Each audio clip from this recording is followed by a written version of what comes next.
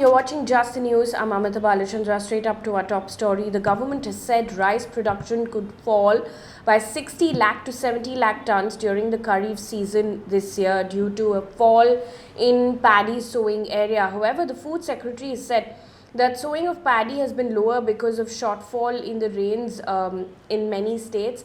Also, the government has said that India will still have a surplus of rice despite this. Now, the Kharif season, which spans between June and October, accounts for almost 80% of India's total rice production.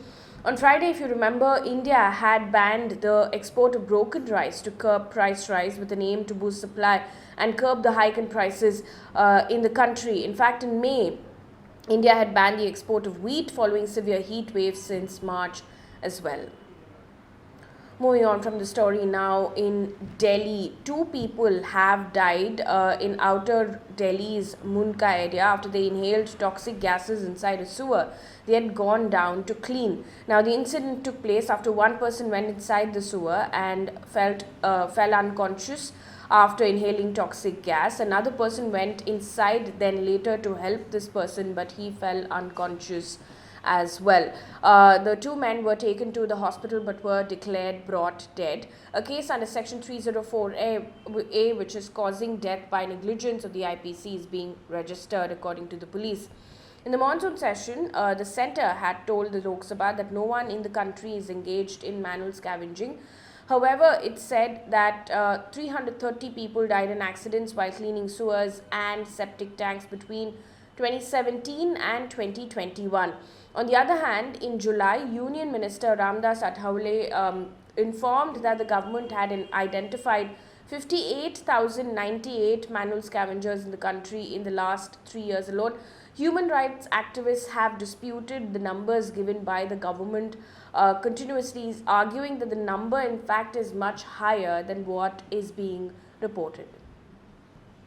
Meanwhile, 14 people have died in Maharashtra and 7 people from Haryana who drowned because of Ganesh visarjan yesterday. In Maharashtra, the incidents took place at Wardha, Yavatmal, Ahmednagar, Pune and Jalgaon district. In Haryana, the incidents took place in Sonipat and Mahendragarh. Now, the idols were immersed as a 10-day long festival of Ganesh Chaturthi ended on Friday.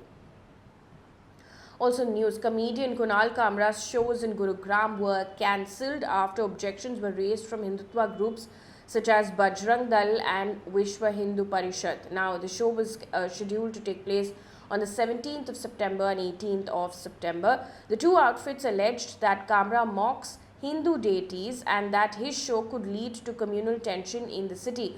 A Bajrang Dal member told Indian Express, and I quote, "This comedian has repeatedly insulted Hindu gods and goddesses in his shows and videos. We showed the organizers the videos of his acts on YouTube. Such artists who attack the Hindu faith will not be allowed to perform in Gurugram and any such insults will not be tolerated," end quote. Now, this obviously led to a reaction from the comedian himself, Kunal Kamra, who tweeted, and I quote, "He makes fun of our culture, we claim. He makes fun of our deities, we think. We have no evidence, but his show disrupts our peace. 12 of us don't want the show to happen and 500 have got tickets to watch it. So what should the authorities do? UPSC question 10 marks," end quote.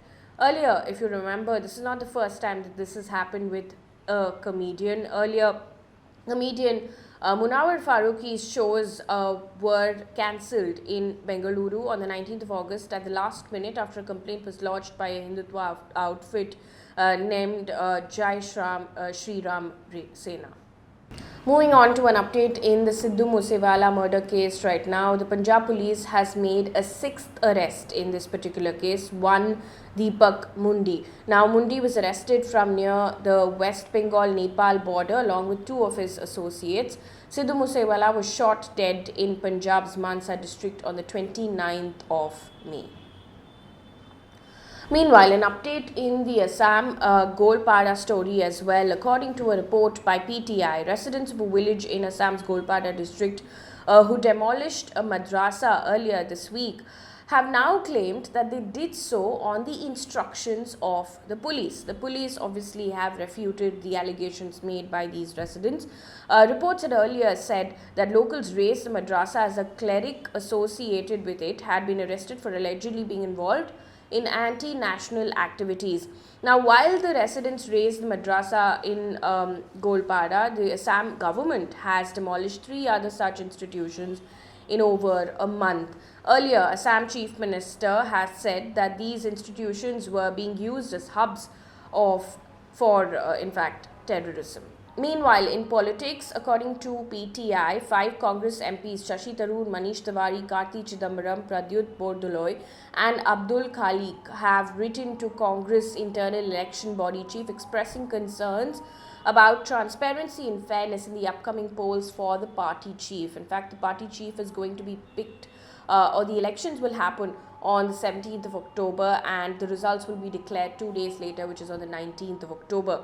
Last month, Manish Tiwari, Karti Chidambaram and Shashi Tharoor had demanded that the electoral rolls be made public to ensure transparency. However, the chairman of the Congress Central Election Authority, Madhusudan Mistry, has said that it cannot be made public as there was no precedence. Now, according to Indian Express, he had also said that the presidential polls were an internal matter of the party and the rivals of the Congress could misuse the list of electors if it is made public. Now, during his ongoing Bharat Jodo Yatra, Rahul Gandhi said that he would speak on his plans about contesting the polls when they happen.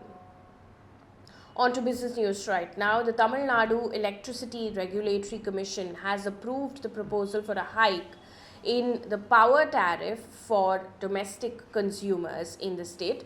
According to the revised tariff, the minimum tariff for domestic consumers will now be 4.50 rupees per unit up to 400 units for 2 months. For above 400 and up to 500 units, the tariff will be 6 rupees per unit as against the 3 rupees that was charged so far. Meanwhile, in international news, Charles III has been proclaimed king at the Accession Council at St. James Palace in London after the passing away of his mother Elizabeth II. Charles III succeeds his mother as Britain's head of state as well as the head of state for other countries in the Commonwealth who still recognize the monarch, including Australia, Canada and the Bahamas. Now, Queen Elizabeth II passed away on Thursday at the age of 96. Speaking before the Accession Council, the king said his mother's death had been an irreparable loss. Moving on now, UN Secretary General Antonio Guterres, along with Pakistan Prime Minister, visited several areas of Pakistan ravaged by floods as he rounded off a 2-day trip to the country. There's been massive floods in Pakistan, which has led to over 1,391 people passing away and affecting more than 33 million people.